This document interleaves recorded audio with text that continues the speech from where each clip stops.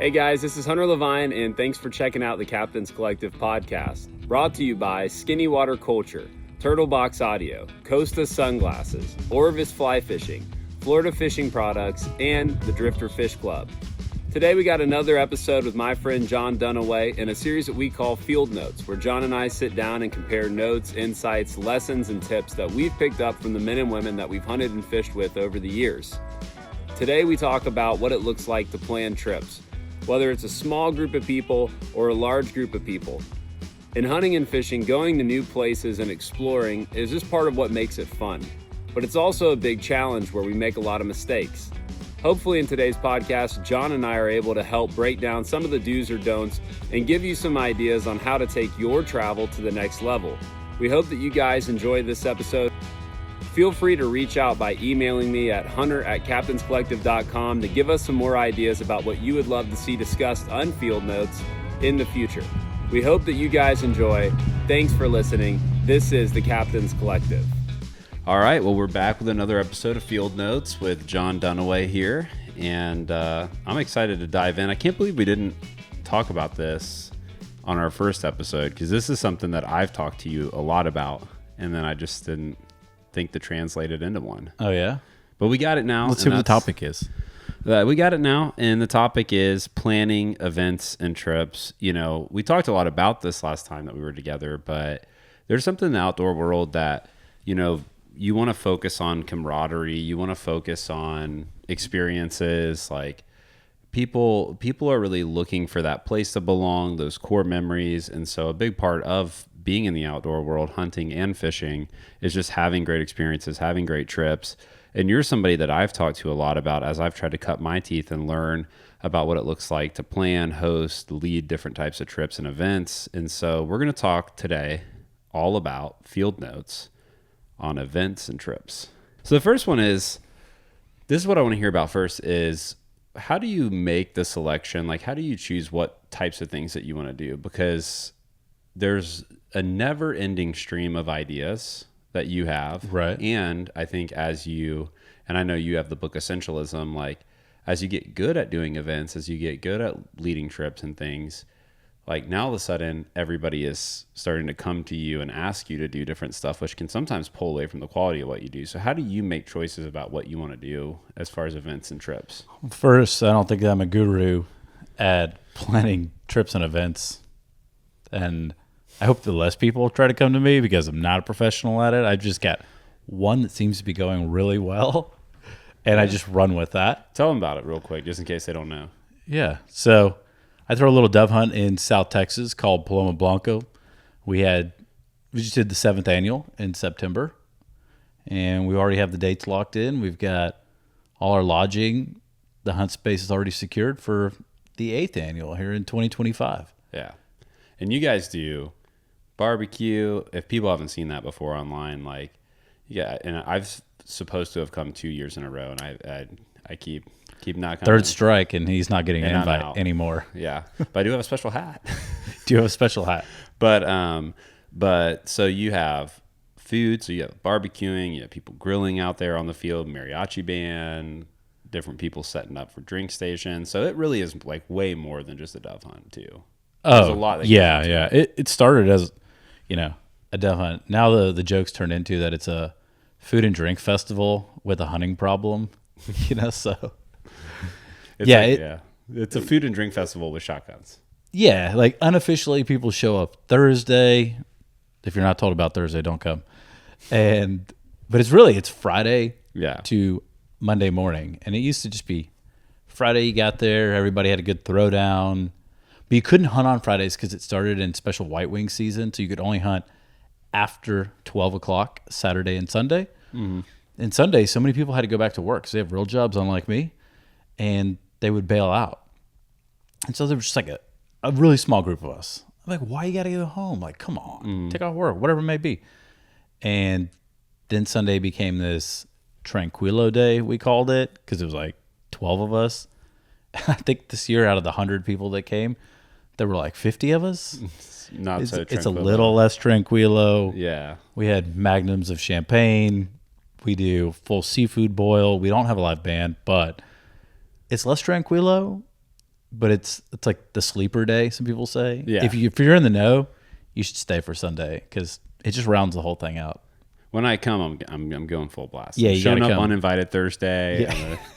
I'm gonna crash here on the couch Monday.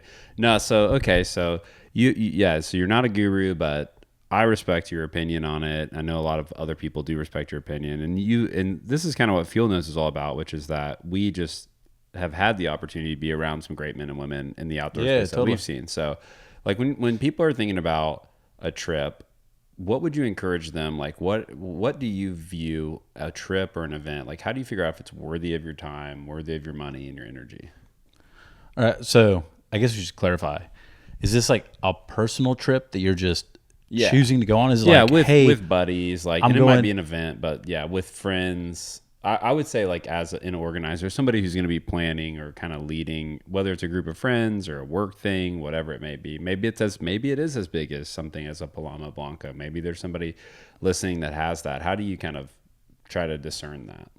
Yeah. So in the early days, I would tell my wife there were trips of a lifetime, and that got me away from to get to go to a bunch of them. Yeah. But she has since caught on to that. She's like, these are not trips of a lifetime.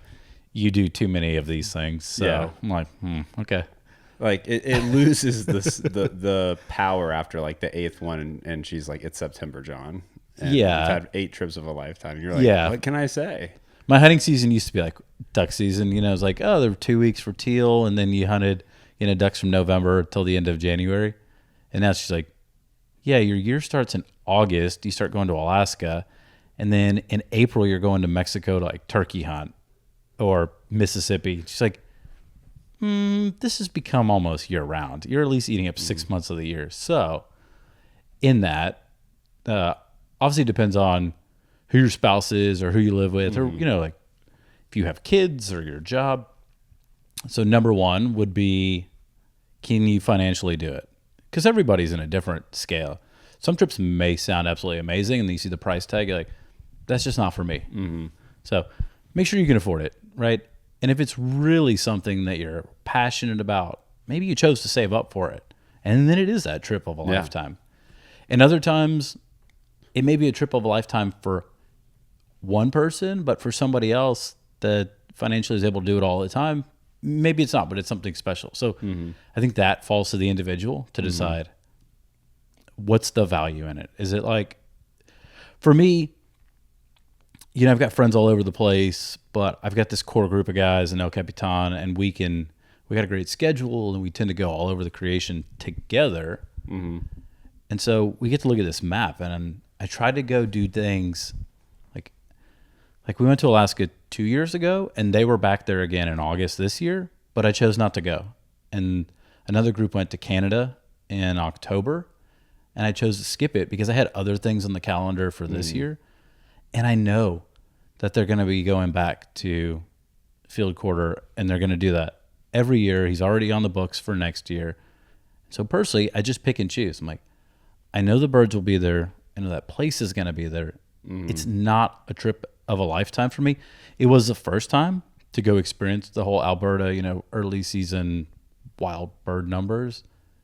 And now it's an awesome hunt, but like if I miss it this year, I know I can do it next year. If I missed it for 2-3 years, like I can go there. And I pick and choose my battles depending on what may have come to my attention that I could go to later this year and decide like which one's more important. Is this a trip that maybe the opportunity is only here this year and I shouldn't pass on that? So I'm going to if I had a little scale, I just slide it over this way. It makes sense. I mean, and another thing that I've kind of thought about is like, let's say that you're somebody listening to this and you're trying to plan a trip with your friends to a certain fishery. You're going to do camping. Maybe you're trying to plan a trip with the fly club you're a part of, or the hunt club you're a part of, to go to like a destination.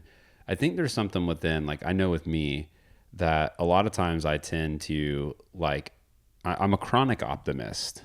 Like I always tell people my like gravestone is going to just say like the day I was born, the day I died, with just this phrase under it. I thought that would be easier. Like if I had $1 for every time I thought something was going to be easier. And I don't think that it's because I'm like arrogant. Not that I've like never struggled with pride and arrogance. Yeah. I just think I'm a chronic optimist. Like I really just, I think, you know, me and John can put that thing together in 2 hours, you know? Oh, like, yeah. I'm the same way. And so, you know, there's a phrase when I was a kid that I used to hear all the time, which is don't let your alligator mouth overload your hummingbird ass.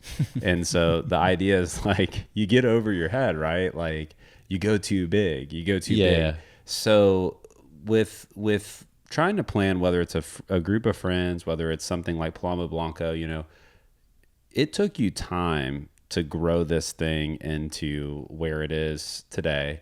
And so how would you coach somebody who's trying to put something together, who's trying to figure out how big do I want to go? Because like, just imagine that there's a 22-year-old dude, he's putting together this trip, he's having coffee, he's like, we're going to do this, we're going to do this, we're going to do this, right? And all these great ideas. And then like, it's the type of situation that I've been in before where like 30 people show up and then it's like, hey man, where's the water? He's like, Oh. So how do you coach on that? How big to go?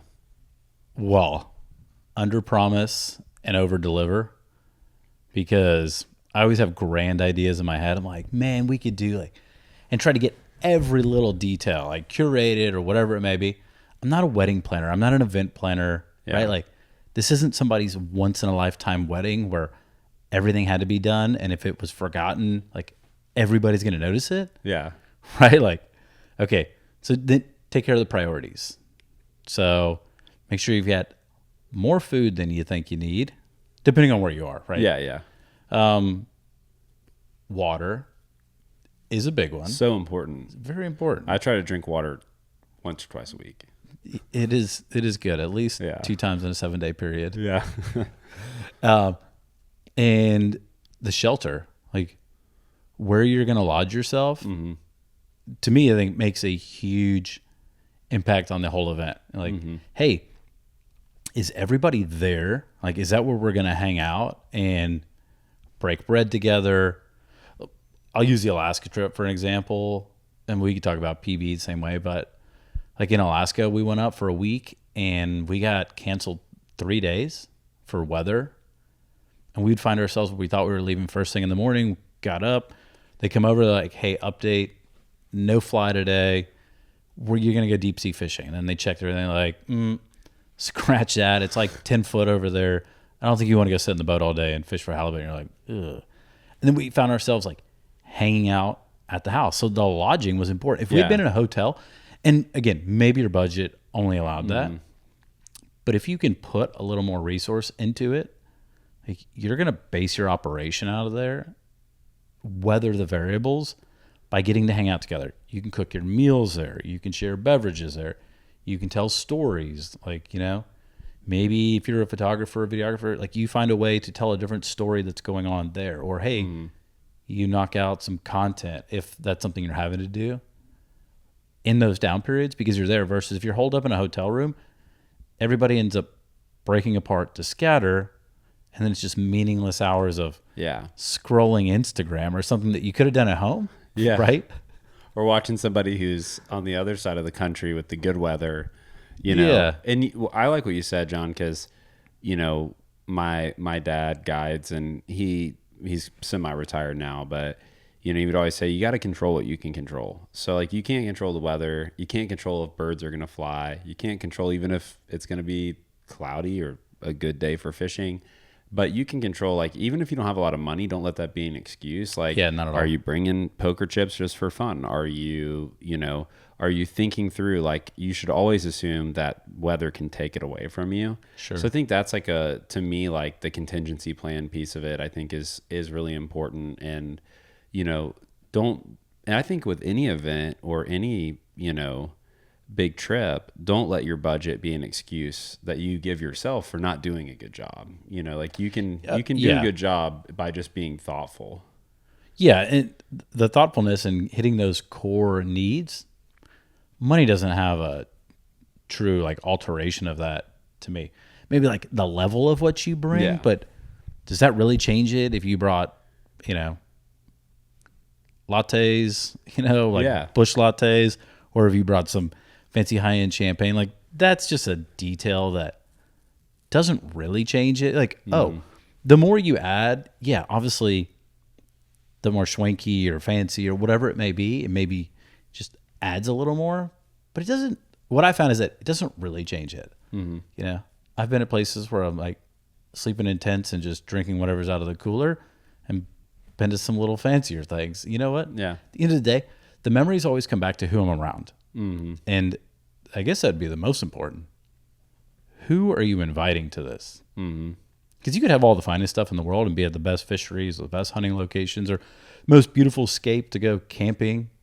If you have people that ruin it, the whole thing's a bust. Nobody cares what's going on. Yeah. Well, no, I think that's super helpful. Like, just to, I think, be intentional with who you invite, intentional with making sure that you have a group of people that, whether it's an event or a trip, that you can actually over deliver. Like, you're not over your head, and to think through those little intentional touches that don't have to equate to money, you know, because intentional touches come from creativity and time, not really from money. Sure. I mean, of course you might think of something that you can't afford, but then you can think, okay, well, what in that vein can I do? My next thing is, like, as you're planning a trip, like, let's just say that right now, tonight, we're eating dinner, me and you start planning a trip. Are you going to like write stuff in a moleskin? Are you going to put it in your phone? How do you try to kind of work through, to use a Pinterest board, you know, to use a vision board? What do you do for planning? I'm a big pen and paper. So I love technology. I will transfer it to digital stuff later. But when I'm like brain dumping, I just don't feel the same tangible ability. Like, it just becomes in order. It's too synchronous. And sometimes I'm writing on paper. I was like, put it here, and then I got a different paragraph here, or like I want to break things out. And it just, for me, it doesn't correlate. If somebody has a great app that could take care of that, please tell me. I would love to learn about it. Because I know you can get these like digital pads where you can write on. I had one. It's called Remarkable, the one that I had. Oh, but yeah, I've seen these. I didn't. It's not the same to me, because I mean, you know, like I just did this in the gift guide, but you know, I got all these tabs, and I'm the same. It's just not the same for me. Yeah, and I think it's just like underwear. People don't need to see it, but you need to feel comfortable. You know, so I think that's the main thing with that. But you do want to write it down. You're supposed to wear those every day? Yeah. Well, when in Texas. But you know, I think like, so you're saying your pen and paper, you're doing brain dumps, so you'll just kind of sit down, your initial kind of spark of an idea, and you're just chipping away. Yeah, absolutely. I had a buddy call me about something he wanted to try to do in like February, and while he's telling me on the phone, immediately I'm sitting at the desk, pencil or pen out, paper out, start writing down, because then I can just take notes of what he's mentioning. But then as he's doing that, I'll often throw an arrow off to the side, because something will come to mind and be like, ooh, that's a good, like, that could be an addition. And I can dig deeper into it later. But as it comes to mind, I want to just drop it down. And then I can go back and clean it up and organize it and figure out what to do. So it always starts there. And then I would tell you what I've learned over the years with this stuff is develop a system of how you're going to track everything, from your ideas to how you're communicating with people, to how you're tracking your budgets, timelines. You know, and I think there's some great apps and different programs for that. And I've narrowed it down to a couple of things, but like, I like to use numbers because it syncs on my phone to my iPad to my desktop. I can access it. And that is one thing with paper. Like, I love this, and I'll often even take it with me to work, but it's not always in my truck, you know? Yeah. So like, this is for my desk. This is where I'm doing most of my brain dump, but I used to carry one in my truck, and I've got a little pocket one, but it's not the same. And that goes back to you scribbling ideas on any paper you can. I mean, I've sat at bars and literally been like, hey, can I have a pen? You know, and I'll like write ideas on a napkin versus my phone. But once you dump that stuff, develop a system to where you can track everything and you can access it anywhere, anytime. Yeah, you definitely don't want to lose it. You're like 2 days out from your Alaska trip, and you're like, where's that journal that I wrote everything down that I need to know? Like, yeah, oh, sure. No. Yeah, always have the backup. I found that's helpful too if you're going with a large group of people, like to try to make sure that whether it's digital or not, and I've had this happen a few times where like the notes I share make no sense to them. Yeah, so sure. you want to make sure that like whatever notes you have, like that several people can look at it and make sense of it, so that if you do need to like, have somebody help out with something and, hey, can you help us get set up for this thing? Like I can look at it and be like, okay, like we need 10 bags of ice. We need this, we need that. But if it's like, IB equals ice bag, I'm like, he needs 10 IBs, ibuprofens, like, so it's just, I think it's like, trying to make sure that you have backups and then trying to make sure that if you needed to share that with somebody that they'd be able to see it. I mean, to me, that makes perfect sense. So this isn't a pitch for anything. These are just systems that I found I like. I use an app called To Do by Pigo, and I've been using it for over a decade. It breaks things up into categories, and then within categories, you can do checklists or you can do projects. So it might be Paloma Blanco, and it might be lodging, it might be food, and within that, I can have different checklists. Like maybe it's the day.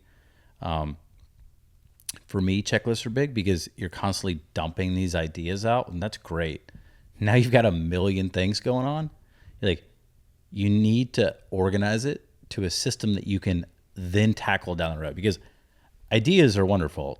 Tons of people have ideas, but unless you can bring it to fruition, that's all they are. They're ideas, right? A million people that'll say, "Oh, I had this idea years ago. It was great. I just didn't get the deposit in time." Yeah. So I know that with some of those apps too, like if you're working with multiple people, that you guys can see each other's progress. And so I know like To Do, what is it? To Do? It's called To Do. To Do. And then I know there's like Basecamp is one. I think there's a whole slew of them, but I think having shareable one makes a lot of sense if you're doing stuff with a big group of people. Even notes on the iPhone, you can share them, make it a shared note. And so I've got a running one for PB, and it's every year it gets updated. And as soon as we leave Monday, we're driving back. My buddy Morgan and I were on the phone for like 2-3 hours, just brain dumping. Hey, what could have been better? What could we change? And where were the faults? What was like really awesome, or what was even better? Whatever it may be. Yeah, no. And I'm just like typing away in it, and it's shared so he can see it. And anything that he adds, I can see it. And so it's all broken into categories, and you can run through it and then do it with a bullet. And then when it comes time to start actually planning, if I haven't transferred that into To Do for whatever reason, sometimes it's just like things that just need to be scratched out of my head. And you can just check them off. And then both people, To Do syncs as well. But yeah, I think making sure you evaluate and you're honest with yourself. And that's something that I'm really grateful. Like my dad, anytime he's a part of anything that I do, I know I'm going to get that phone call, and it's out of love. It's like he wants me to, the next time I do it, to do it even better. So it's like, hey, I have this idea. Here's something you need to think about. And having people around you, if you want to be great at anything, you have to have coaches. And this could be your friends and your peers who are just like, hey, man, you didn't think through this, or hey, you were too busy with this. So I think that's making sure that you have ways to review. And then something that I'll do sometimes, like when I'm doing something, is I'll have somebody sit down with me, and I'll literally like walk through the whole event. Like I'm like sitting, like you're sitting next to me, like, all right, John, so like everybody's going to show up. We're going to meet here, and we're going to make sure we have some beer on ice so everybody can have a beer right off the bat. And then we're going to do this, and then we're going to put these jalapeno poppers on. And like something with cooking that can happen if you're doing a lot of cooking, like camp style, like at Redfish camps that we're doing, like we're using like Blackstone pizza ovens, Traeger grill, whatever. Like we're using these different grills. You got to think through too, like, you're like, okay, we're going to do baked potatoes, corn, we're going to do reverse seared steak on there. And then you're like, and then it's like that awkward thing where everyone's hanging out and you're like, steaks will be done in 40 minutes, like, and so you got to think through those things, and you can catch that stuff if you invite a friend to sit down and say, hey, I'm literally going to like, it might seem tedious, but like it can avoid, even if you're with a group of friends, like, it's like we've all been at that event, that trip where like you're sitting around for an extra 40 minutes for like the entree, or like the awkward thing where it's like you start eating the steaks and then like 40 minutes later you're stuffed and you're like, who wants a roll? Yeah. You didn't time that well, man. So I think like beforehand, literally walking through it, I think can be super helpful too. So I'm going to ask you questions. Like, let's just say that like I got a trip with my friends. It's a friend trip. It's not like a club thing or anything like that. And I start telling you about it. You got a busy year, busy 12 months up ahead. What are the things that you're looking for to hear me say as like an organizer or the person kind of leading the trip that is going to like get your intent up and go, oh, all right, he's on top of it, or that might be good. What are you looking for there? It's free. No. It's a trip of a lifetime. It's a trip of a lifetime. Trip of a lifetime. If you live every day. Ding, ding, ding. I think you should treat every trip like it's a trip of a lifetime. Yeah, you could. I mean, I enjoy the trip. If I didn't, if I wasn't enjoying where I was going, I'll just pass on it. No thanks. I enjoy it whether I'm successful or not, because I was wondering, where is it? And then I literally will visualize like, ooh, that's cool. Like I see myself in the setting and who's there. It could just be one other person, but again, is this someone like, oh man, this guy tends to get a little out of control at times. Like he's egotistical. I don't want to spend, 2 days, 4 days, whatever it may be. Yeah. To have people like, where is it? Cool. Because that dictates how far is it? Is it like, oh, it's this 2-day trip, but it's going to take you 18 hours to get there. You're like, yeah, I'm out. It's $2,000, but it's a $1,200 plane ticket. That happens too. And there's a VAT tax, so like you might not know that there's a tax. So you got to like make sure too. I think when you're planning it out and or somebody's pitching you, got to be like, I want to make sure I understand all the expenses. Oh, and there's a license, and there's this, and there's gratuity. Right. So that can get you too. Yeah. I mean, I've seen that with outfitters, right? They're like, this is the price, and then you get to the end, you're like, whoa.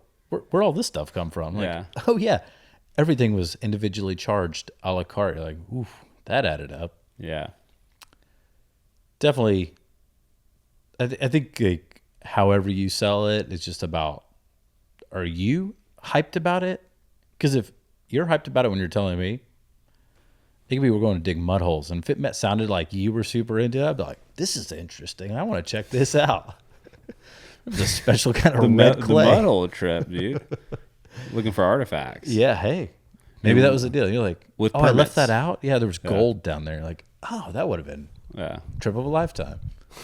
So, yeah, for me, it's like, how excited is the other person about it is going to pique my interest. And then to all those things. Have I been there? Have I not been there?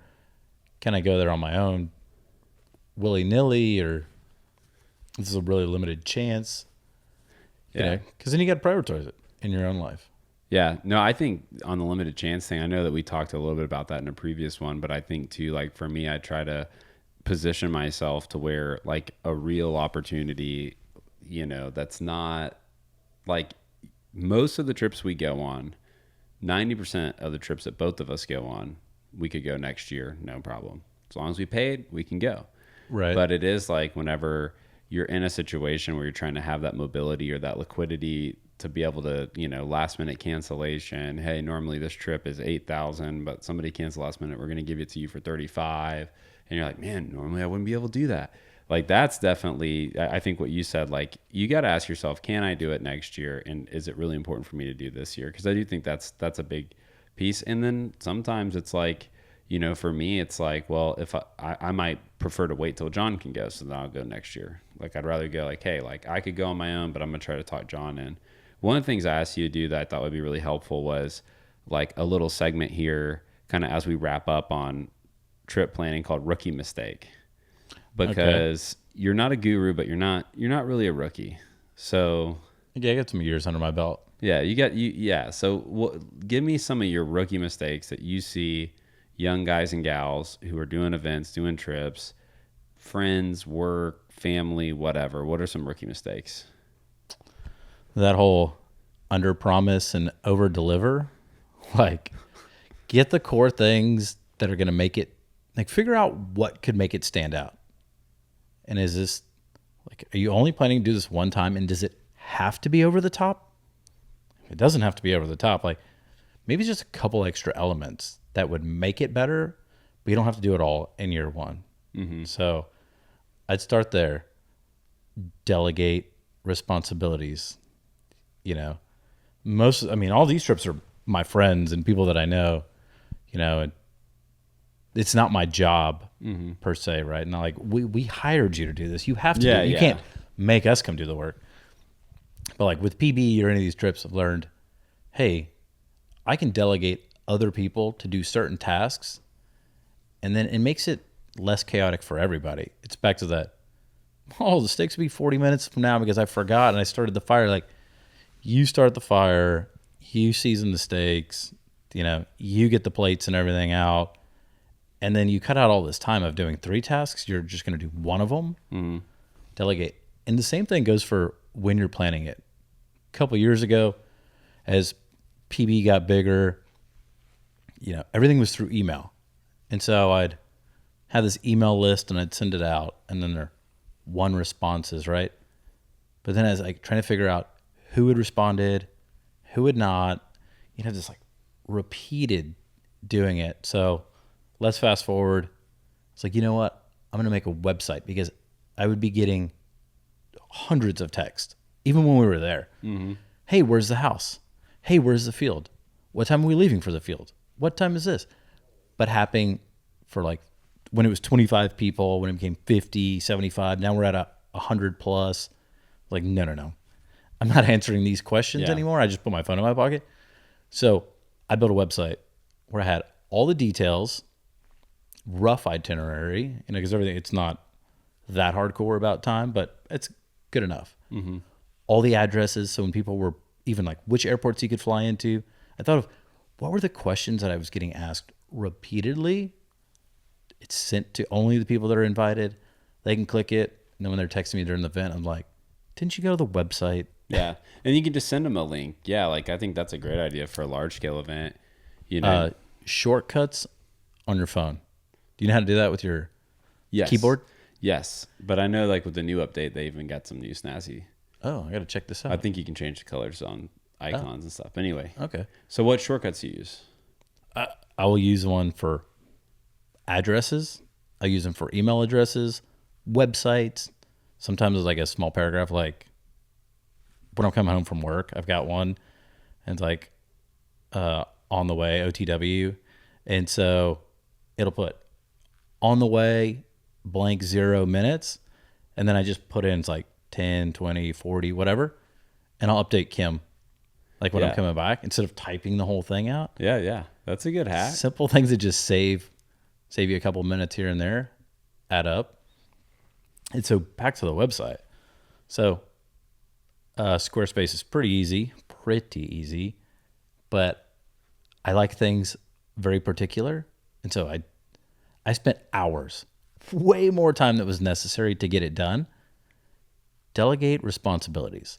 Figure out, like, hey, could I have just paid somebody whatever it may be? Let's say it's just $500. Let's just use a round number. Would $500 been more useful?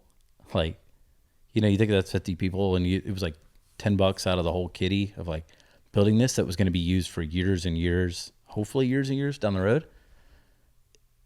I wasted hours sitting here trying to figure out how to change things. It was a waste of time. It saved me time once we got there, but that goes for other stuff. Same thing when it came to cooking. We had like 50 people, like, I don't know, a couple of years back, and asked one of my buddies, the chef, was like, hey man, I'm trying to think of a menu. What should we do? And he goes, you're effing crazy. I'm like, why? He goes, you're going to cook for all those people while you're trying to hunt, while you're trying to hang out and do all this? Like, yeah, we've been doing it this way for years. He's like, get a professional. And that was the first year we had Max Frisbee and the Mill Scale crew show up, and it totally changed the trajectory. And my life became so easy, relatively. Because now when I get there, I'm like, hey, there's a person that he cooks, and like that's his jam, and he has that program down. Took it off my plate. If time or finances allow it, delegate tasks so you can alleviate your own brain space and you can enjoy it. Because it was almost got to the point where it was like, man, I'm just working. I felt like the year before that, I was like, I'm just kind of working here a bunch. It wasn't as fun. But once we cleaned that up, I was like, off to the races. A little hack that we did with Redfish Camp too is like, so we have 3 full days of fishing. So you have the day that everybody shows up, and we're gonna, like, off the bat, we're going seared steaks. I was texting you about that, like back and forth about some ideas. Yeah. And we're, so we're going like seared steaks, salad, baked potatoes, just kind of like right off the bat, try to have a nice win, set some tone. But the second day we do pizza night, and that's where we have like the pizza ovens, and we're pulling out pizzas. And the thing that I like about pizza night is that it's very forgiving.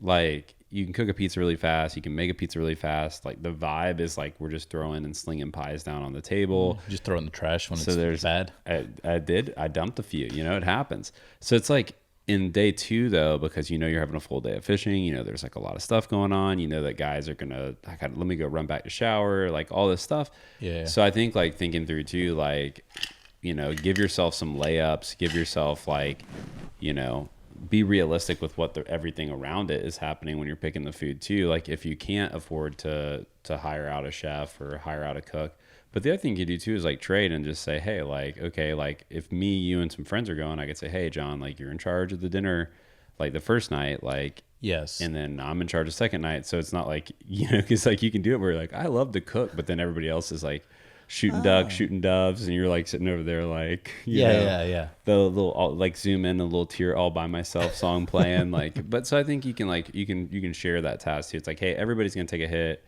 but we're gonna spread it out. So or give yourself some layups. Like it's like maybe it's like, hey, like what's important to our group? Like is it like having really nice dinners, but we're just gonna like make simple like have a sandwich bar during the day at a cooler. I think just trying to like be realistic, I think is really important. And that's part of the, under, what is it?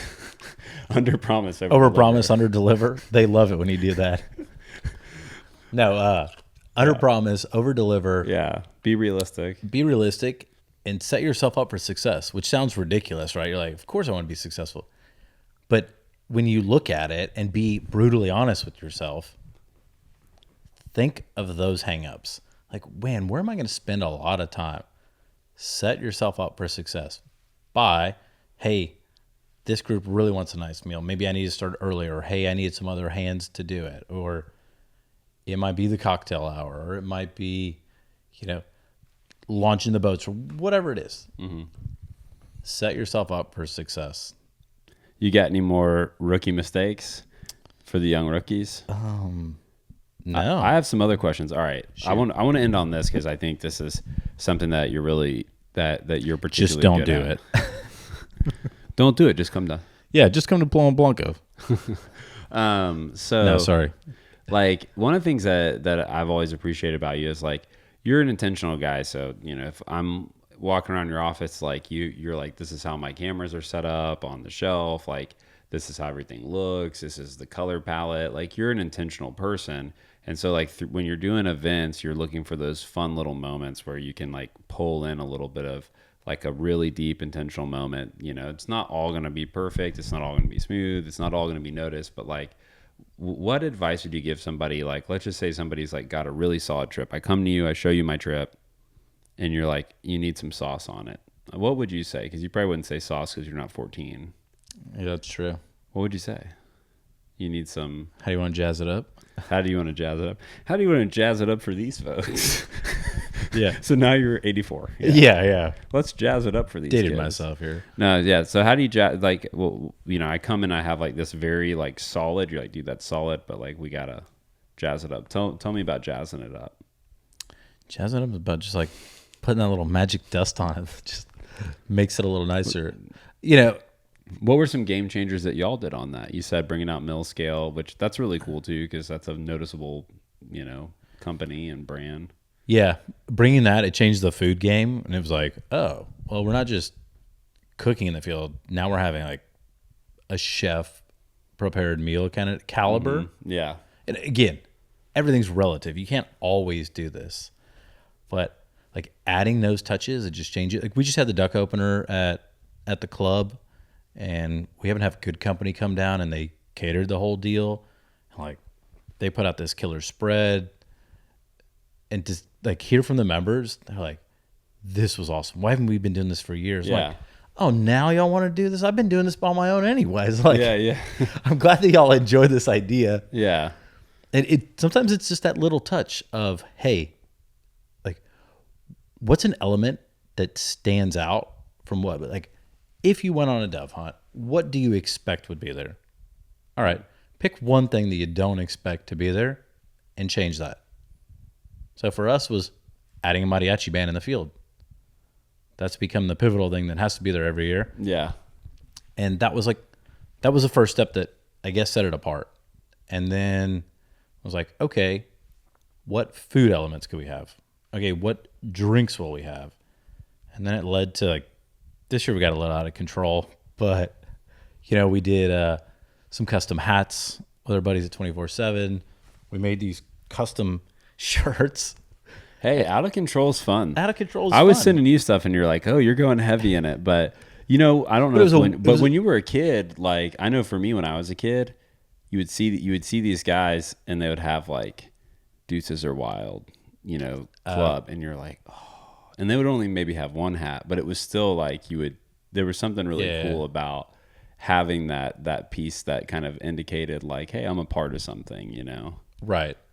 And again, we've been doing this year over year. And so every time when we leave on that Monday, we're like, how are we going to make it better? It doesn't always come to us right out of the gate. Sometimes somebody has a great idea and it's like, boom, that'll be the changer this coming year. Like we've already got, I know 2 things that are going to totally hopefully revolutionize just the way it's handled there. Yeah.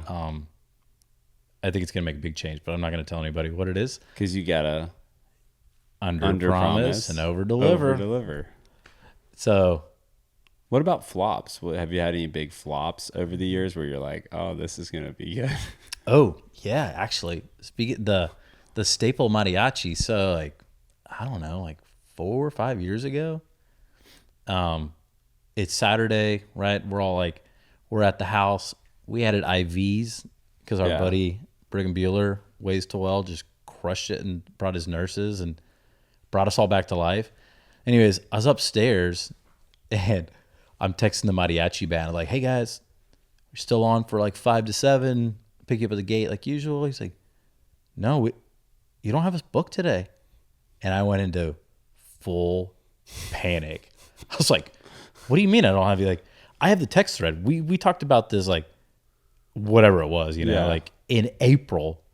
He's like, no, you never confirmed. I was like, it's in this text thread. Look at this. Yeah. Anyways, they had booked themselves, and it was, I forgot what it was. They either had a quinceañera or they had something big that was going on. Yeah. For, like, the Valley, the Hispanic community. I was like, can I buy those parties out and, like, do you give them a refund and just I'll pay for all of them? Because this seemed to me to be a pivotal thing. Yeah. And I apologized to everybody.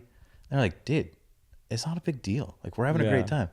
And I felt crushed. I felt so disappointed that I was like, I'll give you your money back. Oh, man. That event's not a for-profit thing. Yeah. Right? We do the nonprofit arm and a bunch of money's donated every year. But personally, it's not I don't run it to make money. Yeah. So just like you're just going around like, hey man, I know that we've had great food, great hunting, great camaraderie, but that mariachi band wasn't here. I'll give you all your money back. Yeah, I'd be like, so I overpromised that you would get a mariachi, and I underdelivered that they're not coming. Yeah, and then I could picture you and like Brigham and some of those guys. You guys just all get in the suits, and you just kind of it's like bad. We just put a turtle box on and let it rip in mariachi the background. music. Yeah, like, yeah. What? Something to think about. It's Saving Grace. I was like, is there any way you could do it? Like, no possible way. We don't have a spare moment, but we've got Sunday. I'm like, well, if you know the sleeper day and you want to come to Tranquilo. So they came on Sunday. And I think that was the year that Tranquilo went from Tranquilo to like, oh, this is a party. Yeah. Hey. So, yeah, that was a big flop. What else? We almost had a flop this year. Foolishly, I waited till, I think it was March or April, right? The event's in September. And I want to say it was like April when I went to book the houses. And they're like, so we've been using a certain, we call it the HQ. It's got the layout that we need. It's got the space for everybody. And the rental company's like, yeah, that house is rented. I was like, what? We're like months away. How is this possible? And so I talked to her nicely. I tried to ask if I could talk to the people that were renting. I tried everything. She's like, we can't share that. No, you can't overbid them. You can't do any of that. And I don't know, like, so I had rented to other places, reshaped the way we were going to do it. And like a month later, she called me back. She's like, hey, they actually canceled and I haven't listed it. So if you want it, I was like, here's a credit card number. Yeah. Like, but that's something, John, too, that I feel like, somebody who can think on their feet and kind of pivot and be able to on trips or at events, or, you know, to be able to be creative and problem solve and have like a good group around you. So I feel like too, like, you know, with the mariachi thing, you're getting creative, trying to not give up and say, hey, look, I'm trying to, like, I know this is important. Like, let me figure something out. Now it's going to be Sunday, you know, not being really well planned, but not being so rigid that you can't roll with the punches, you know? Yeah. You know, and again, it comes back to testament of the people that were there. They're like, we didn't come all the way down here just to hear a mariachi band. Like, luckily everything else was great. And so they were cool that we pivoted. What else happened this year? Well, like learning with the house. So that gave me, it was like, oh, well, I mean, literally we finished Monday. I dropped off the keys, and actually I took it back. I did it Sunday while we were sitting around the house, like prior to going to the field. I called the rental company, like, here are the dates for next year. I need these 2 places rented. And they're like, all right, cool. And so we already locked them down. Like, nobody can get them from us. Yeah, we've got it. So no, that's good. And then the last thing I'll say is, like, I think one of the things too with like merch and, you know, like, or if you can have people taking photos, even if it's you being intentional with photos, is like when people carve out the time to do something and go be a part of something, it's always great for them to have like something that they, you know, they're going to go back to their friends, they're going to go back to their family.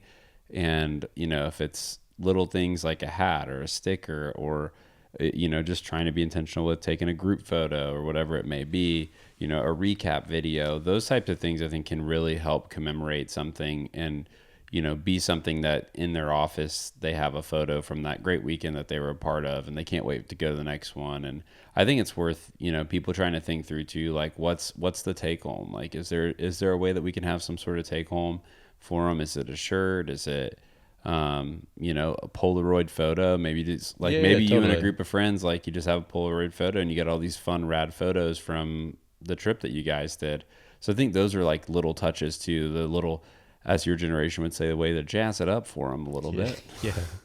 Sprinkle the pixie dust on it. But yeah, I mean, I think those are great ways too. But yeah, if people want to learn more, do you have any resources or directions that you would point them or people maybe pay attention to in the outdoor space? Yeah, JohnDunnaway.com, public event coordinator. No. Do you own JohnDunnaway.com? No, actually I do not. You better, now someone's going to squat it. It's gone. Yep. It's like renting the house. Should have done it. Yeah. Man, I would tell people, look at something that you like. It's no different than when I started getting photography and I used to just scroll through Tumblr and I would save all these photos that just caught my attention for whatever reason. And often I didn't know why. It's like, man, and I'd go back and just dig into them. And is it the color or is it the, you know, like, is it the layout, whatever it may be. And then I would try to replicate it. But I might not be able to go to Oregon and set up on this peak and right. Mm-hmm. But the concept of it, if you like something and you're seeing it, whatever it may be, whatever sport or activity, look at it, figure out what made you excited about it, and then digest that on how much you can do, right? I tell people all the time when they ask about it, I'm like, who cares if it's you and 5 friends? Mm-hmm. Like, if you're going to have a good time with it, that's what we were. We started out just a handful of us. Like, add a couple elements that you think will make it special for you, and then you can just keep growing. But if you try to do it all right out of the gate the first year, like, good luck to you. If you do and throw a blowout, like out of the blue, yeah, you probably copied somebody along the way, right? Yeah. Or you're going to, you know, stress yourself out or yeah.